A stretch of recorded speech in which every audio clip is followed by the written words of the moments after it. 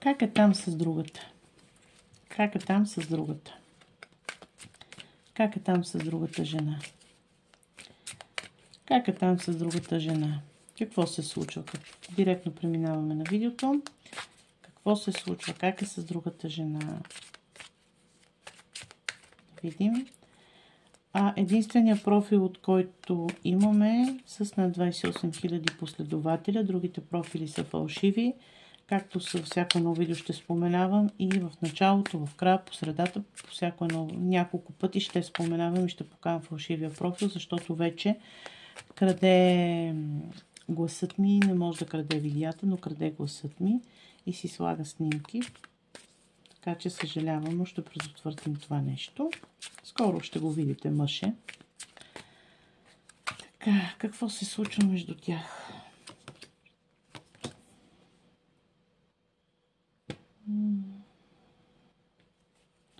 Трудности, много тежести има. Искат пълна трансформация. Трябва да се вземе някакво решение.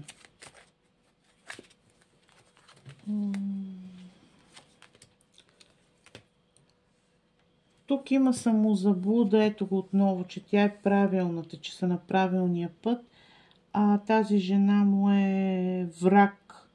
Тя го лъже, тя го мами, тя го оплита. Тежки времена са настъпили към момента. Опитват се да върват нагоре, но не се получава. Какво решение трябва първо да се вземе, да видим? Какво решение трябва да се вземе?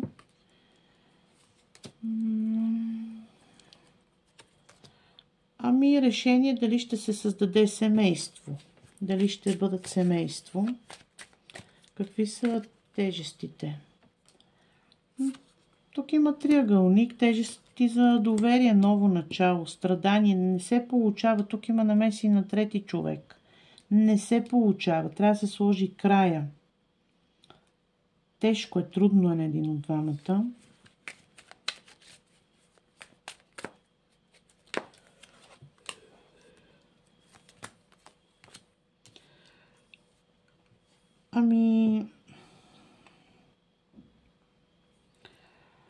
Тук този човек иска да направи ново начало, действие, да направи действие към някой, към който има чувства. Кой е този чувство?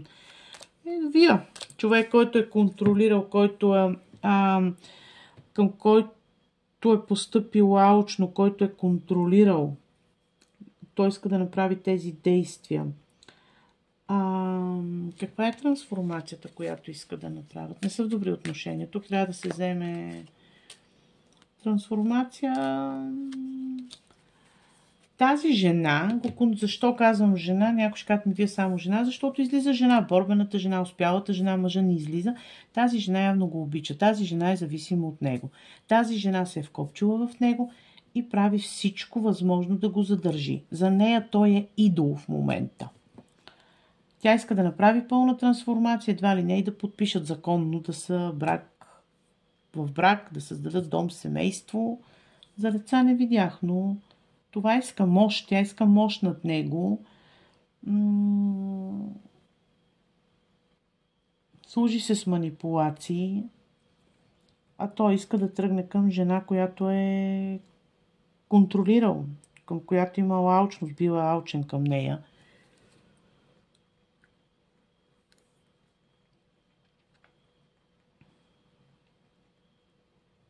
Просто там няма щастие. Има намеса на трети човек.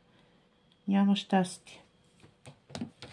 Просто няма щастие. Ще се радвам да коментирате и да споделяте видеята и да ви покажа фалшивия профил. Това е фалшивият профил с 19 последователя.